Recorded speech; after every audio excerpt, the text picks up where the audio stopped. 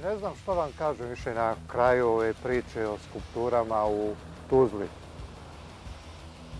Došli smo do toga da znamo šta je skulptura, ko, zašto i kako postavlja tu skulpturu, a nismo zapravo utvrdili jedan novi moment da skulpturu mogu poklanjati i države.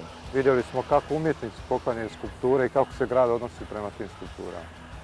Sjedinjene Američke Države na dan obilježavanja godišnjice Martina Luthera Kinga, velikog narodnog tribuna i borca za prava crnaca, poklonio je gradu Tuzli ovu skulpturu.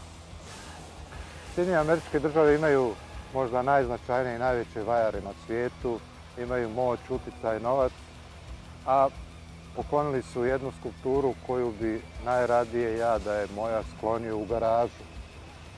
Od sramote zbog izgleda, od sramote zbog toga što je tako jedna velika ličnost dobila ovako jednu neuglednu skulpturu, što je ta skulptura postavljena na jedno neugledno mjesto bez osjećaja za dimenzije, proporcije i prostor.